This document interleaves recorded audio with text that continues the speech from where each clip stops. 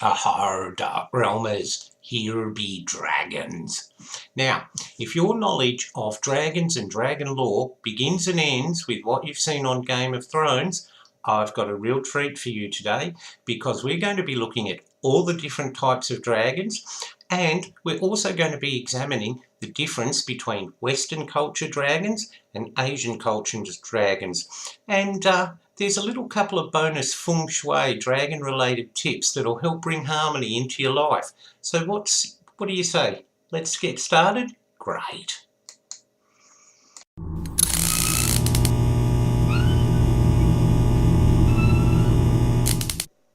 Okay, Dark Realmers, before we begin our journey into dragondom, I just wanted to give a quick shout out to fellow YouTuber DrgoNate.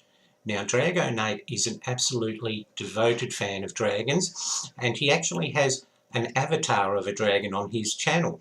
And I hope he likes what I've got for him today, some information about the different types of dragons. And if you're a gaming fan, check out DrgoNate's channel, because he provides some wonderful live streams of games, various games he plays. And you'll also get to see his little dragon avatar, which accompanies him everywhere. Now, I'll leave the link for that down below. But this one's for you, DrgoNate. Okay? Cheers. Okay, so a dragon is a dragon is a dragon, right? Wrong. There's actually many different types of dragons, and they've all appeared in one form or another throughout mythological history. Okay, and you're probably familiar with the Western dragon, which has the 4 legs, the very solid body, the huge wings, and of course breathing fire. But take a look at this. This is the family tree of dragons, and this will give you a better idea of what they all look like.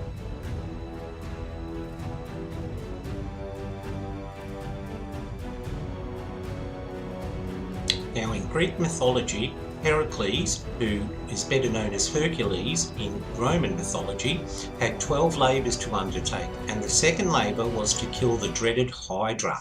Now, the Hydra was a 7-headed dragon, and the problem was it could spit out poison and noxious fumes, but it also had, as I said, 7 heads. And the problem was, if you cut off one head, a new one regrew in its place, and the only way you could stop it was to sear the stump of the severed head with fire before a new one could grow. So that became one of the most famous of classical mythology examples of dragons. In Norse mythology, Fafnir was a dwarf, and he plotted with his brother Regan to kill their father Hydra and take over his treasure. But when it came time to divide up the treasure, Fafnir's greed overtook him, and he slowly transformed into a dragon. Well, to get his revenge, Ragnar had Fafnir's son Sigrid go and kill the dragon, which, unknown to Sigrid, was his father. Now, he managed to kill the dragon, or his father, by hiding in a covered pit and stabbing the dragon underneath where it was most vulnerable. And it's then said that Sigrid went on to roast and eat the heart of the dragon, and from that he learned the legends and all the language of how to speak to birds.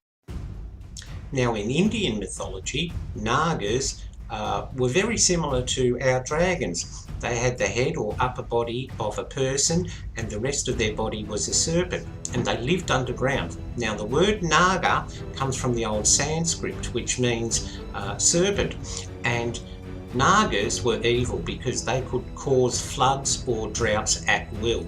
And there's different versions of Naga and different types of Naga according to the religion. So there's different interpretations for Buddhism and Hinduism and so forth. But they basically were India's version of dragons. Now, one of the most famous tales in dragon mythology is that of St. George and the Dragon. Now, my British Dark Realmers are probably very familiar with this, but for everyone else, here's the legend. Now, it was originally an Eastern legend, but it was brought back to Britain by the Crusaders, and they embellished it, of course, with courtly and knightly imagery and so forth. Now basically the story is about a town in Libya, and their local lake was inhabited by a dragon who was poisoning their water.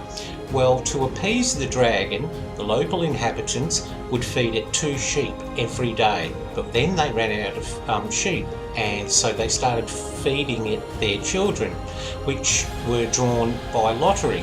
Now, the king's daughter, the princess, actually became one of the intended victims, and he offered half his kingdom and gold and riches if they'd spare his daughter, but the townsfolk said no, and she was tied up ready to be the victim of the dragon. Well, St. George was riding past at the time, and she told him to go away, and he said, no, I will save thee.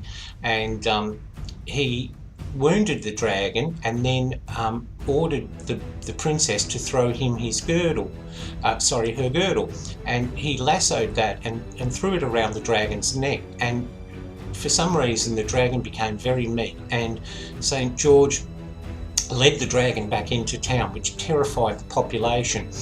Now he offered to kill the dragon if the towns converted to Christianity, and so even the king converted to Christianity, and he killed the dragon and had it taken away in an oxen cart, and the king built a church to honour St. George, the Church of the Blessed Virgin.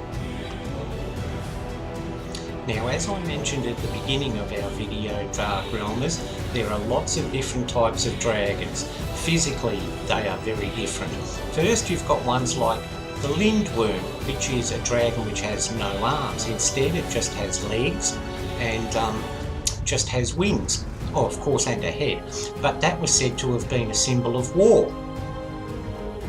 Then we've got the Amphitere, which is a armless and wingless dragon which just has wings. So it's like a serpent with wings. But it's also part of mythology, and it's said that they had a hypnotic gaze. And also, if you planted the fangs from an Amphitere into the ground or the soil, you could grow your own loyal army. And that was something similar that was in some of the old classic Hollywood movies like Jason and the Argonauts, where a dragon's teeth or serpent's teeth were sewn into the soil, and an army of really loyal skeletons emerged to fight the heroes. Really good stuff. Now, related to the Lindworm, you've got the Wyvern, which is a dragon which has arms but no legs. And it's more like a worm-like creature. Now, sometimes it's pictured with wings and sometimes it's not.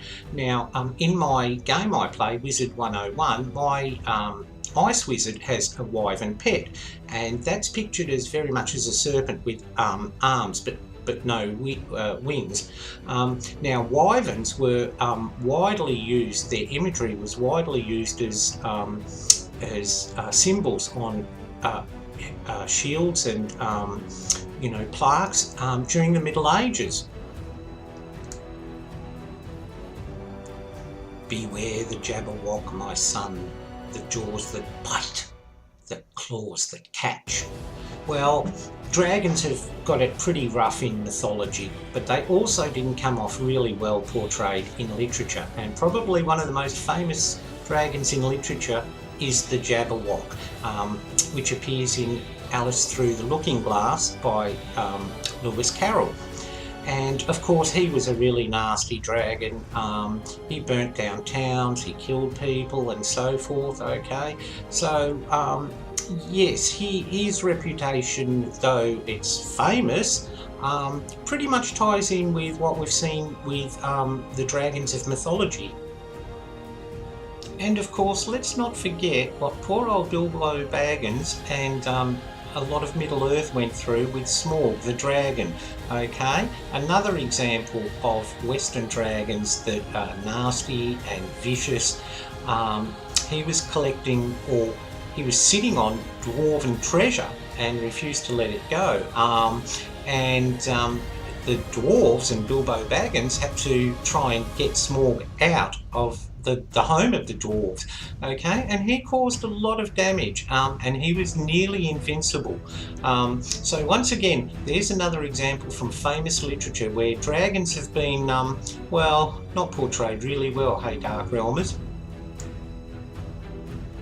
Now, as I said, Dark Realmers, dragons in the West and in the East are portrayed very differently.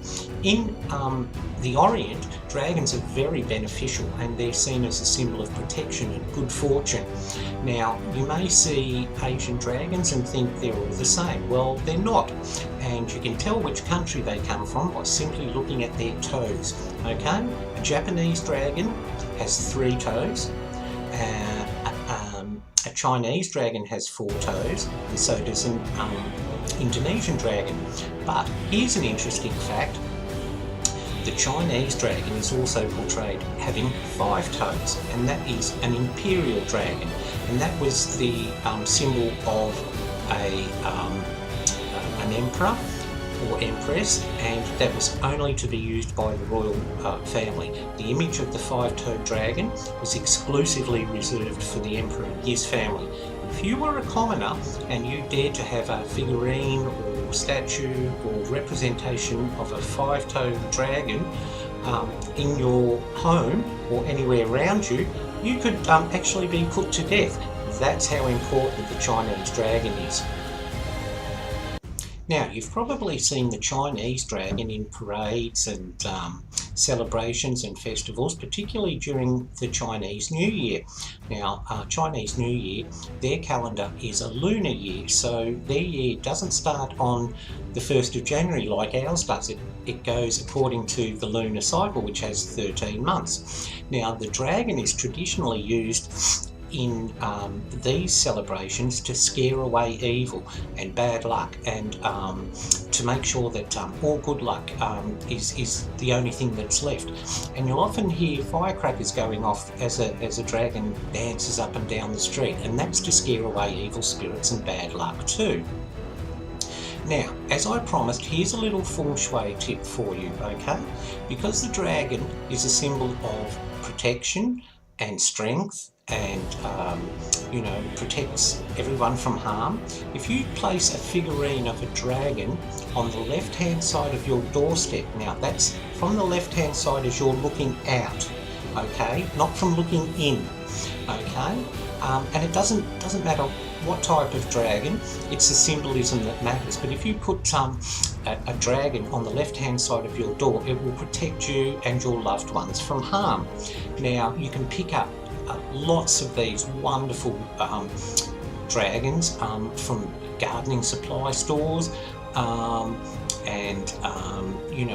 craft centres, craft markets and so forth like that. And not only is it great, it's also they tend to look nice too. Okay, so there's number 1 Feng Shui tip for you.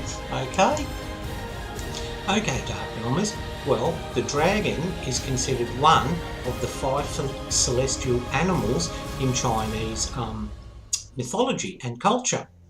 And the dragon's mate is traditionally seen as the phoenix.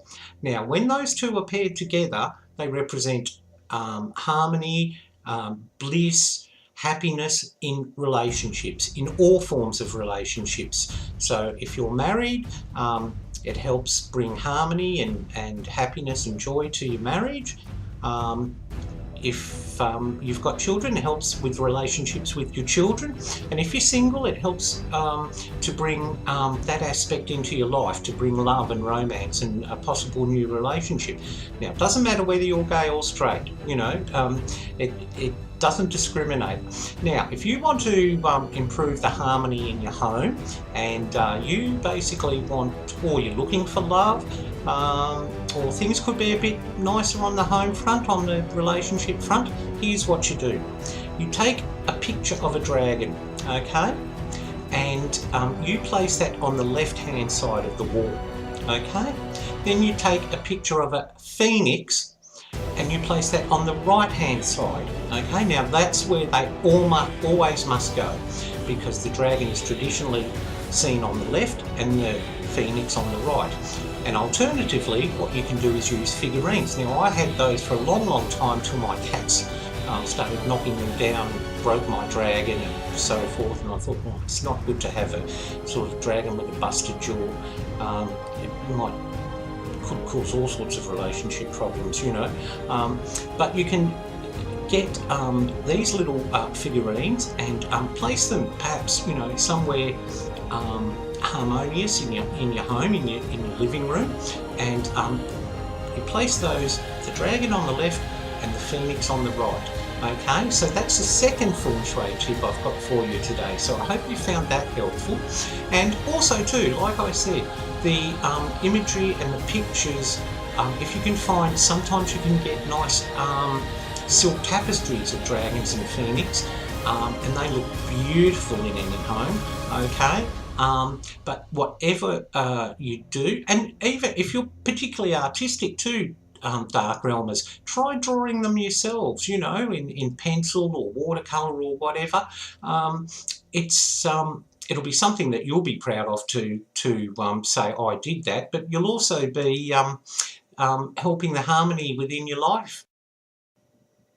Okay, Dark Realmers, well that's it for our look at dragons and dragon mythology and types of dragon. I hope you found it interesting. I had a lot of fun doing the research for this for you. Some of the things, because I've studied Feng Shui for quite some time, I already knew about, but I thought I'd pass those on to you anyway, okay? So if you have liked us, please hit the like button, and also think, you know, leave a comment, because we love hearing what you think of all our videos here on the Dark Realm Diaries. And don't forget to subscribe for some more content, okay? Book reviews, movie reviews, myths and legends from around the world, and generally anything a bit dark. Okay, so that's it from me, Michael J. Elliott, for another video. And remember, as I always say, Dark Realmers, stay in the light. Bye for now.